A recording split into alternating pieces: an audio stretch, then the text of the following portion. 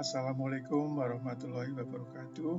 Sahabat pembelajar, superkonduktor secara mudah dapat dipahami dengan ilustrasi sederhana seperti ini. Ujung jari tangan kita lama-kelamaan akan terasa memanas setelah beberapa saat karena adanya daya listrik yang berubah menjadi kalor sebesar I²R menurut hukum Ohm.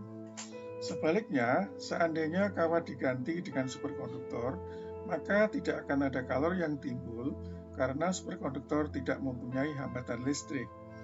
Jadi disebut superkonduktor atau penghantar super karena menghantarkan listrik tanpa hambatan. Bagaimana jika dalam transmisi daya menggunakan superkonduktor? Ya, secara teori daya hilang akan nol. Meskipun prakteknya tidak nol, tetapi pasti akan jauh lebih kecil dan sebagai akibatnya listrik akan jauh lebih murah. Karena selama ini kehilangan daya listrik sepanjang saluran transmisi menjadi beban para konsumen.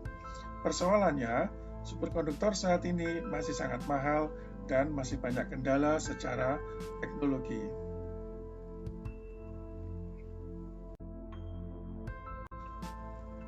Pertama kali, superkonduktor ditemukan oleh fisikawan Belanda Heike Kamerlingh-Onnes di Universitas Leiden pada tahun 1911. Inilah hasil eksperimen Pak Onnes dan timnya, termasuk mahasiswa tentunya, bahwa logam merkuri yang didinginkan sampai dengan suhu helium cair sekitar 4 Kelvin akan kehilangan hambatan listriknya. Terlihat pada grafik, hambatan terendah terukur sebesar 10⁻⁻5 ohm dan bisa dianggap mendekati nol pada batas-batas pengukuran yang ada pada saat itu. Suhu di mana hambatan listrik mulai turun disebut suhu kritis atau TC. Selanjutnya, pada tahun 1933, Fritz Walter Meissner menemukan bahwa bahan pada keadaan superkonduktif di bawah suhu kritis tidak dapat ditembus oleh medan magnet. Jadi, bahan superkonduktor di bawah TC bersifat diamagnetik. Konsekuensi dari efek Meissner dapat dilihat pada skema berikut, yaitu bahwa medan magnet tidak dapat menembus bahan superkonduktor dan sebagai akibatnya akan melayang seperti terlihat pada eksperimen ini. Lebih lanjut, dalam sebuah conference di Jepang beberapa tahun yang lalu, disediakan demonstrasi efek Meissner yang dilengkapi sebuah piringan magnet yang terletak di atas puluhan keping bahan superkonduktor, dan piringan magnet itu dinaiki oleh 2 orang, terlihat melayang setinggi beberapa sentimeter. Secara ringkas, disebutkan oleh 2 hal, yaitu adanya resistivitas nol dan efek penolakan medan magnet atau diamagnetisme sempurna. Sekali lagi, suhu transisi dari keadaan normal menjadi superkonduktif atau sebaliknya disebut suhu kritis. Dalam susunan berkala, ternyata tidak semua unsur dalam keadaan murni menampilkan gejala superkonduktivitas.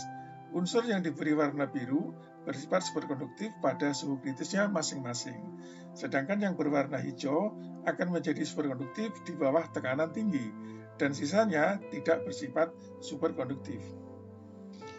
Berikut ini ilustrasi sederhana untuk menggambarkan sifat listrik material pada keadaan termal, di mana ion-ion dalam kisi bergetar di sekitar keseimbangannya. Ketika elektron-elektron bergerak di sepanjang kisi kristal, maka terjadilah tumpukan antara elektron dengan ion-ion dan terciptalah hambatan listrik. Situasi ini dapat digambarkan antara hambatan listrik versus suhu. Dapat dibayangkan bahwa jika suhu meningkat, tekanan ion-ion semakin hebat dan hambatan listrik akan meningkat. Hal ini dialami oleh umumnya konduktor normal. Bagaimana jika suhu diturunkan menuju nol? Mestinya hambatan juga akan turun menuju nol.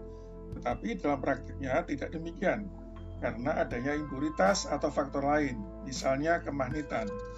Nah, jika konduktor itu dapat menunjukkan superkonduktivitas, maka hambatannya akan menuju nol pada suhu kritis.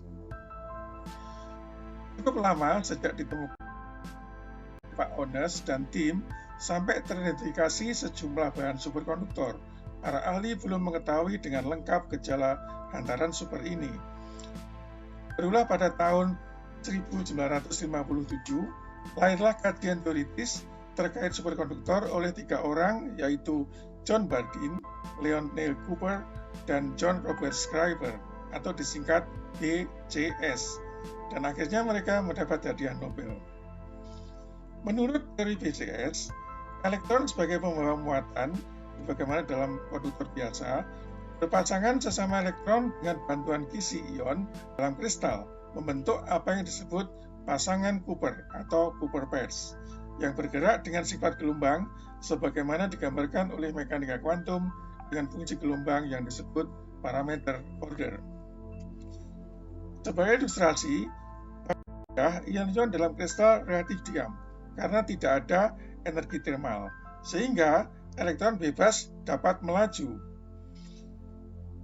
Ketika sebuah elektron melintas, ion-ion positif di sekitarnya akan mendekat ke elektron ini, sehingga terbentuklah area yang lebih positif daripada tempat yang lain.